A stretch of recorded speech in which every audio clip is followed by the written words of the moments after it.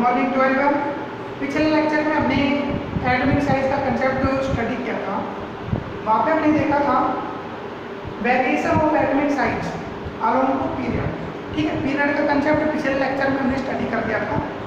तो देखो थोड़ा सा जो पिछला कंसेप्ट उसको रनिंग में देख लेते हैं, फिर उसके बाद जो अपना नेक्स्ट टॉपिक आएगा वो देख लेंगे।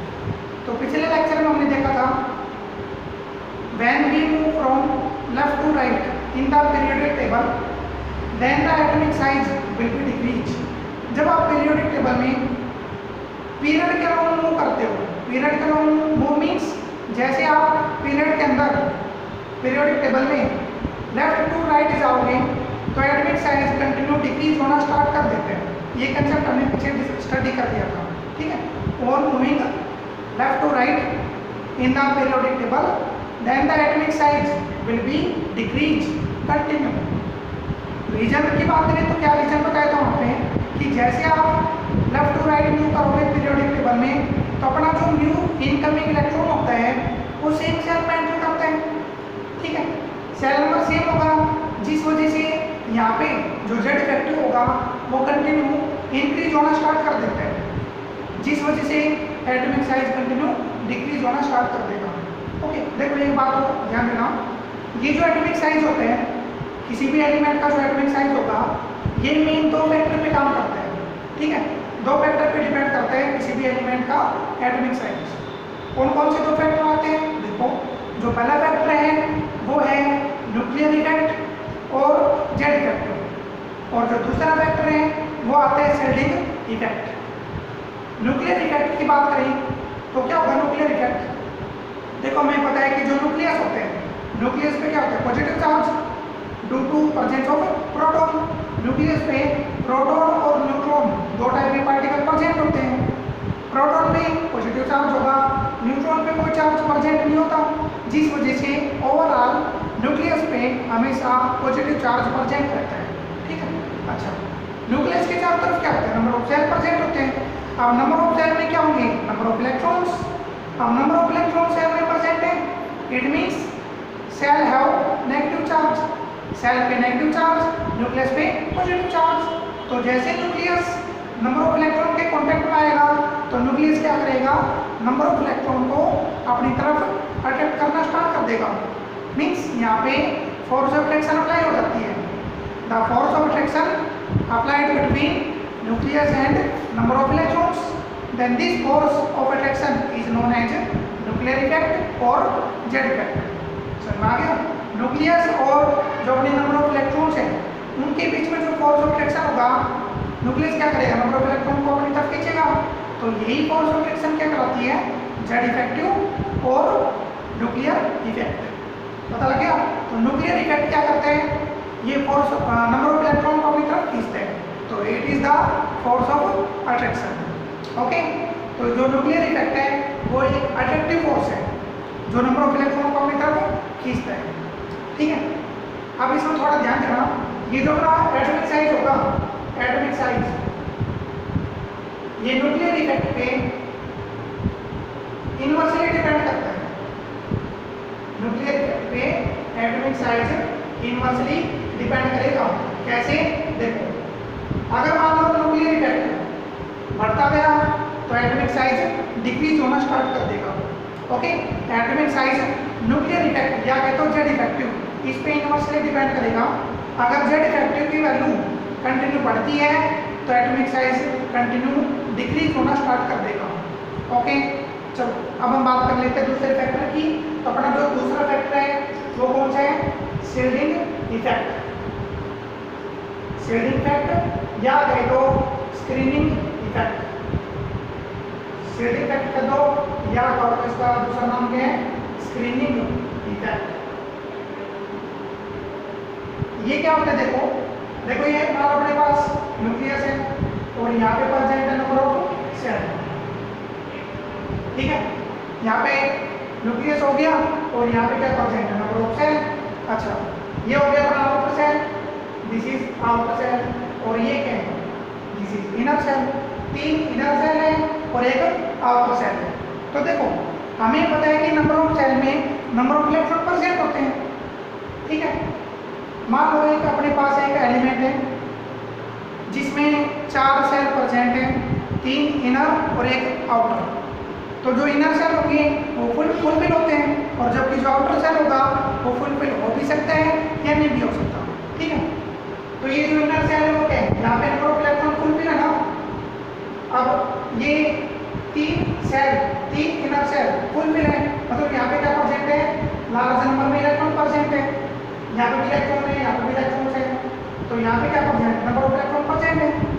अब यहाँ सभी पे क्या आ गए, नंबर ऑफ इलेक्ट्रॉन्स आ गए। अब इलेक्ट्रॉन पे कैसे चार्ज होता है, नेगेटिव चार्ज। तो यहाँ पे सेम टाइप के पार्टिकल प्रेजेंट है जिन पे कैसा चार्ज है, नेगेटिव। एक कंसेप्ट पढ़ा होगा फिजिक्स में कि सेम चार्ज के पार्टिकल एक दूसरे को रिपेल करेंगे, और जो अपोजिट चार्ज के पार्टिकल होते हैं वो एक दूसरे को अट्रैक्ट करते हैं। तो यहाँ पे ध्यान देना, पहले वाले सेल में नंबर ऑफ इलेक्ट्रॉन्स, सेकंड वाले सेल में नंबर ऑफ इलेक्ट्रॉन्स, थर्ड वाले सेल में नंबर ऑफ इलेक्ट्रॉन यहाँ पे प्रेजेंट है। तो सेम चार्ज के पार्टिकल यहाँ पे प्रेजेंट है, तो जैसे ही आपस में कॉन्टैक्ट में आएंगे तो इनके बीच में क्या होगा, रिपल्सन फोर्स स्टार्ट हो जाता है। ठीक है, यहाँ पे क्या हो गया, रिपल्सन फोर्स स्टार्ट हो गया। तो यही रिपल्सन फोर्स किसको रिप्रेजेंट करेगा, शिल्डिंग इफेक्ट। तो जो शिल्डिंग इफेक्ट है वो रिपल्सन फोर्स को रिप्रेजेंट करते हैं। शिल्डिंग इफेक्ट क्या हो गया कि जो नंबर ऑफ सेल होते हैं, नंबर ऑफ जो इनर सेल होंगे, नंबर ऑफ जो इनर सेल होते हैं वो क्या करते हैं, न्यूक्लियर के चार्ज को डिक्रीज करना स्टार्ट कर देगा। तो यही फोर्स ऑफ रिपल्सन क्या कहलाता है, शिल्डिंग इफेक्ट। ठीक है, शिल्डिंग इफेक्ट क्या है, it is the repulsion force which decrease the nuclear effect, जो क्या करेगा, न्यूक्लियर इफेक्ट को डिक्रीज करता है। This repulsion force is known as shielding effect. ध्यान देना, जो रिपल्सन फोर्स है, सॉरी, जो शिल्डिंग इफेक्ट है वो तो रिपल्सन फोर्स है, और जो न्यूक्लियर इफेक्ट है वो क्या है, अट्रैक्टिव फोर्स। तो जेड इफेक्टिव और शिल्डिंग इफेक्ट ये आपस में एक दूसरे के अपोजिट होते हैं। शिल्डिंग इफेक्टिव तो क्या करते हैं, एटॉमिक साइज को बढ़ाते हैं, जबकि जेड इफेक्टिव क्या करेगा, एटॉमिक साइज को डिक्रीज करना स्टार्ट कर देगा। समझ में आ गया, अगर जेड इफेक्टिव बढ़ रहा है इट मीन्स एटॉमिक साइज कम हो रहे हैं। दूसरा कंसेप्ट शिल्डिंग का ले लो, shielding effect. Shielding effect means repulsion force. अब शिल्डिंग इफेक्ट मान लो अगर बढ़ेगा तो एटॉमिक साइज क्या होगा, बढ़ेगा। ओके, अभी हमने पढ़ा था कि जो एटॉमिक साइज होगा वो इनवर्सली डिपेंड करेगा न्यूक्लियर इफेक्ट पे, और जबकि एटॉमिक साइज डायरेक्ट डिपेंड करता है किस पे, शिल्डिंग इफेक्ट पे। समझ आ गया, shielding effect means, shielding effect का मतलब क्या है, फोर्स ऑफ रिपल्सन। ये जो नंबर ऑफ इनर सेल होते हैं ये क्या करते हैं, न्यूक्लियर के चार्ज को कम कर देंगे। अब न्यूक्लियर के चार्ज को कम करेंगे मतलब फोर्स ऑफ अट्रैक्शन को कम करेंगे, जिस वजह से क्या होगा, एटॉमिक साइज बढ़ना स्टार्ट कर देगा। ठीक है, अगर जेड इफेक्ट बढ़ा, न्यूक्लियर इफेक्ट बढ़ा तो एटॉमिक साइज कम होगा, शिल्डिंग इफेक्ट बढ़ा तो एटॉमिक साइज भी बढ़ेगा। तो जो एटॉमिक साइज का जो कंसेप्ट है वो मेन 2 फैक्टर पे काम करता है, एक तो जेड इफेक्टिव पे और दूसरा शिल्डिंग इफेक्ट पे। जेड इफेक्टिव का कंसेप्ट बता दिया, it is the force of attraction between nucleus and number of electrons. Okay, अच्छा, दूसरा शिल्डिंग इफेक्ट का भी कंसेप्ट अभी हमने बताया था। शिल्डिंग इफेक्ट मीन्स जो नंबर ऑफ इनर सेल होते हैं वो क्या करते हैं, न्यूक्लियस के चार्ज को डिक्रीज करना स्टार्ट कर देगा, जिस वजह से एटॉमिक साइज कंटिन्यू बढ़ना स्टार्ट कर देगा। ठीक है, जितने ज़्यादा नंबर ऑफ इनर सेल बढ़ते जाएंगे उतना ही शिल्डिंग इफेक्ट बढ़ता जाता है, और शिल्डिंग इफेक्ट बढ़ा इट मीन्स एटॉमिक साइज बढ़ा। बस जो याद करने का कंसेप्ट है वो केवल ये है कि जो एटॉमिक साइज होगा वो न्यूक्लियर इफेक्ट या तो जेड इफेक्टिव इस पे इनवर्सली डिपेंड करेगा। दूसरा पॉइंट कि जो एटॉमिक साइज होगा वो डायरेक्ट शिल्डिंग इफेक्ट पे डिपेंड करता है। ठीक है, बस ये करके याद रखा और ये पूरा कंसेप्ट समझ में। ओके, तो अलोंग टू पीरियड हमने अभी कंप्लीटली स्टडी कर लिया। अब हम बात कर लेते हैं अलोंग टू ग्रुप। ठीक है, तो अपना जो कंसेप्ट है, अपना जो नया पॉइंट है वो क्या है, variation of atomic size along to group means when we move from top to bottom in the periodic table then the atomic size will be increased continue.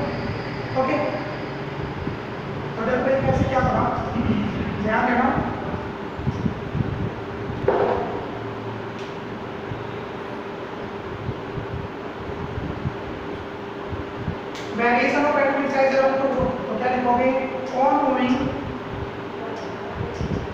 और moving top to bottom,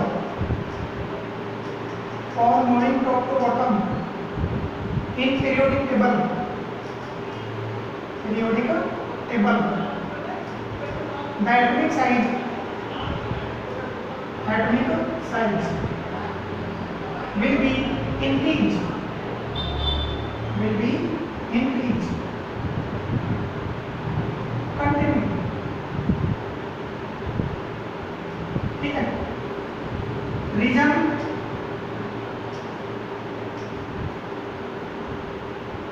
reason क्या होता है भाई, देखो reason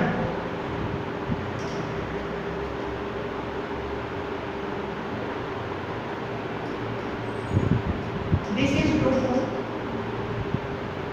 this is due to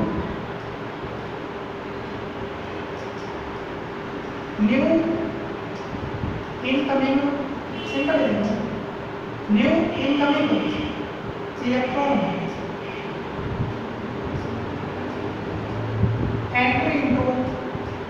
enter into new cell, new cell, thus increase the number of cells, number of cells, ठीक है। क्या कह रहे हैं कि जैसे आप पीरियोडिक टेबल में टॉप से बॉटम आते हो, ऊपर से नीचे जाते हो, तो जो एटॉमिक साइज होता है वो कंटिन्यू इंक्रीज होना स्टार्ट कर देगा। क्यों इंक्रीज होते हैं, क्या रीजन बताया कि जैसे आप टॉप से बॉटम जाओगे तो जो अपना न्यू इनकमिंग इलेक्ट्रॉन होगा वो न्यू सेल में एंटर करना स्टार्ट कर देगा, ठीक है। जो अपना न्यू इनकमिंग इलेक्ट्रॉन है वो न्यू सेल में एंटर करना स्टार्ट कर देगा, जिससे कि नंबर ऑफ सेल बढ़ते जाएंगे। अब नंबर ऑफ सेल बढ़ रहे हैं तो क्या होगा, Z effective will be decrease, Z effective decrease हुआ and increase the shielding effect. अभी जस्ट हमने बताया था कि जो अपना शील्डिंग इफेक्ट होते हैं, जो शील्डिंग या जो स्क्रीनिंग इफेक्ट होते हैं, ये नंबर ऑफ सेल पे डिपेंड करते हैं। अगर number of inner shell continue बढ़ते जाएंगे तो क्या होगा, शील्डिंग इफेक्ट कंटिन्यू बढ़ेगा and decrease the and increase the atomic size, ठीक है। अगर मान लो आप नंबर ऑफ सेल को बढ़ा रहे हो तो नंबर ऑफ सेल बढ़ा तो शील्डिंग इफेक्ट बढ़ा, जेड और जेड इफेक्टिव डिक्रीज होगा and increase the atomic size, okay. तो ये यहाँ पे लिख दिया, new incoming electron and into new shell, it means increase the number of shell. यहाँ पे जो नंबर ऑफ सेल है वो इंक्रीज हो रहे हैं एंड इंक्रीज द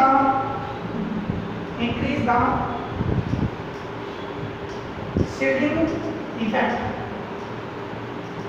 शील्डिंग और screening effect and decrease Z effective, okay. पीछे हमने देखा था कि जो एटॉमिक साइज होते हैं वो जेड इफेक्टिव पे इनवर्सली डिपेंड करते हैं और जो एटॉमिक साइज होगा वो शील्डिंग इफेक्ट पे डायरेक्टली डिपेंड करेगा। ये पढ़ा था ना, तो देखिए यहाँ पे शील्डिंग इफेक्ट तो क्या हो रहा है, इंक्रीज हो रहे हैं, शील्डिंग इफेक्ट इंक्रीज हो रहे हैं, इट मींस एटॉमिक साइज भी इंक्रीज होगा। जेड इफेक्टिव डिक्रीज होगा, जेड इफेक्टिव डिक्रीज होगा तो एटॉमिक साइज भी इंक्रीज होगा, ठीक है। तो ये कंसेप्ट है। तो आप देखो दैट इज बाई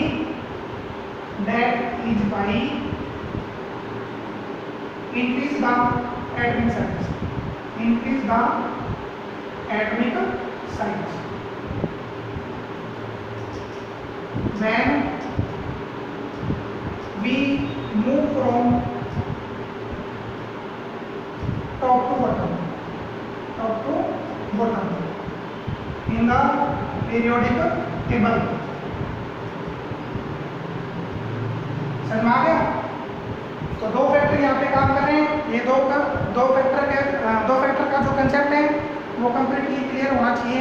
अगर दो फैक्टर का कंसेप्ट अगर समझ में आ गया तो पूरा टॉपिक समझ में आ जाएगा, ठीक है। कर लोगे? जिसके एग्जांपल ले लेते हैं। फॉर एग्जांपल जैसे मान हमने ले लिया एलिमेंट्स ऑफ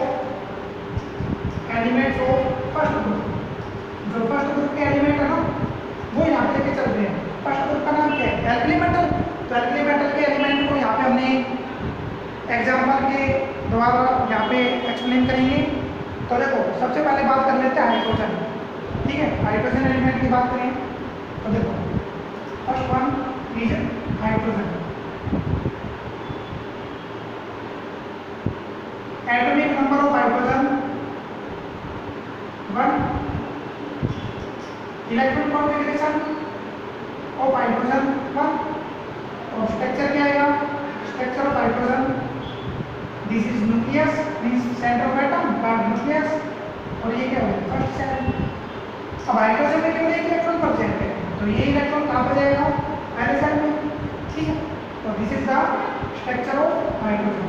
ये किसका स्ट्रक्चर भाई? हाइड्रोजन का। तो यहाँ पर ध्यान दो भाई, नंबर ऑफ सेल हाइड्रोजन में नंबर ऑफ सेल कितने? Number of cell equal to 1। सही है, चलो दूसरा एलिमेंट लिया lithium. Atomic number of lithium equal to 3 and electronic configuration of lithium equal to 2, 1। पहले सेल में तो 2 इलेक्ट्रॉन आ गए, दूसरे सेल में 1 इलेक्ट्रॉन आ गया। तो जब इसका स्ट्रक्चर बढ़ाओगे तो कैसे बढ़ाओगे? देखो सबसे पहले तो हमने ले लिया न्यूक्लियस। न्यूक्लियस है वो पॉजिटिव चार्ज, और यहाँ पे लेके चले 2 सेल। ठीक है, पहले सेल में 2 इलेक्ट्रॉन फिल है और भाई दूसरे सेल में 1 इलेक्ट्रॉन फिल है। ठीक है, then we notice that number of cell equal to 2। क्या नोटिस किया कि यहाँ पे number of cell will be increase. जो number of cell continue increase हो रहे हैं। हाइड्रोजन में केवल 1 सेल था, लिथियम में 2 सेल आ गए, तो सेल नंबर बढ़ गया ना। यहाँ पे 1 सेल है, वहाँ पे 2 सेल है। चलो अगला जो एग्जाम्पल है वो हमने ले लिया, मान लो सोडियम का। तो सोडियम को ले लो, इसको रफ करो, तो देखो भाई क्या आएगा। नेक्स्ट एलिमेंट हमने ले लिया लिथियम, सोडियम। नेक्स्ट एलिमेंट कौन सा है? Sodium. Atomic number of sodium equal to 11। General configuration या simple electron configuration of sodium equal to 2, 8, 1। Then structure की बात करो सोडियम का तो क्या होगा? ये न्यूक्लियस हो गया और यहाँ पे 3 सेल प्रेजेंट होंगे जहाँ पे इलेक्ट्रॉन फिल है। पहला सेल आ गया तो पहले सेल में कितने इलेक्ट्रॉन फिल है भाई? 2। सेकंड सेल में 8 और तीसरे सेल में 1। तो पहले सेल में 2 इलेक्ट्रॉन, दूसरे सेल में 8 इलेक्ट्रॉन, और भाई तीसरे में 1 electron. Then number of shells in sodium equal to 3। Hydrogen में 1 सेल था, लिथियम में 2 सेल थे, सोडियम में 3 सेल है। अगला जो एलिमेंट आएगा वो एल्कली मेटल का, वो कौन सा है? Potassium. Atomic number of potassium 19। Electron configuration क्या होगी? 2, 8, 8, 1। पहले सेल में 2 इलेक्ट्रॉन, दूसरे सेल में 8 इलेक्ट्रॉन, तीसरे सेल में 8 इलेक्ट्रॉन, और चौथे में 1 इलेक्ट्रॉन। ठीक है, स्ट्रक्चर बना लोगे ना। तो यहाँ पे सीधा लिख लो number of cells equal to 4। तो यहाँ पे नोटिस किया कि जैसे हम टॉप से बॉटम जाएंगे, टॉप से bottom means hydrogen, lithium, sodium, potassium, rubidium, caesium, francium. हम बात कर रहे हैं फर्स्ट ग्रुप एलिमेंट की। तो फर्स्ट ग्रुप एलिमेंट तो आपने पीछे कंप्लीटली स्टडी कर लिया होगा। पहले ग्रुप में कौन कौन से एलिमेंट आते हैं? तो सबसे पहले हमने पिछले hydrogen, lithium, sodium, potassium, rubidium, caesium, francium ये आते हैं। ठीक है, तो हाइड्रोजन का कंसेप्ट देखा। तो हाइड्रोजन के अंदर 1 सेल प्रेजेंट है, लिथियम में 2 सेल प्रेजेंट है, सोडियम में 3 सेल्स आते हैं, और पोटासियम में 4 सेल्स आएंगे। आगे नंबर ऑफ सेल बढ़ते जाते हैं। अब क्या बताया कि जैसे आप टॉप से बॉटम जाओगे तो टॉप से बॉटम जाने पे नंबर ऑफ सेल्स इंक्रीज होते जाएंगे। अब नंबर ऑफ सेल्स इंक्रीज हो रहे हैं तो शेडिंग इफेक्ट क्या होगा? बढ़ेगा, क्योंकि नंबर ऑफ इनर सेल क्या करते हैं? नंबर ऑफ इनर सेल हमेशा क्या करेंगे? न्यूक्लियर इफेक्ट को डिक्रीज करना स्टार्ट कर देगा, मतलब वहाँ पे जेड फैक्टर डिक्रीज होता जाएगा और सेल डिफेक्ट बढ़ता जाता है। ओके, तो इन दोनों कंसेप्ट से आप कह सकते हो कि जैसे आप टॉप से बॉटम जाओगे तो एटॉमिक साइज कंटिन्यू इंक्रीज करना स्टार्ट कर देगा। ओके, तो ये हमने एटॉमिक साइज कंपैरिजन अपनी कंप्लीटली स्टडी कर लिया। तो ध्यान देना कि जो एटॉमिक साइज होते हैं वो मेन दो फैक्टर पे काम करते हैं, एक तो जेड इफेक्टिव पे और दूसरा सेल डिफेक्ट पे। जेड इफेक्टिव जिसका दूसरा नाम क्या है, न्यूक्लियर इफेक्ट।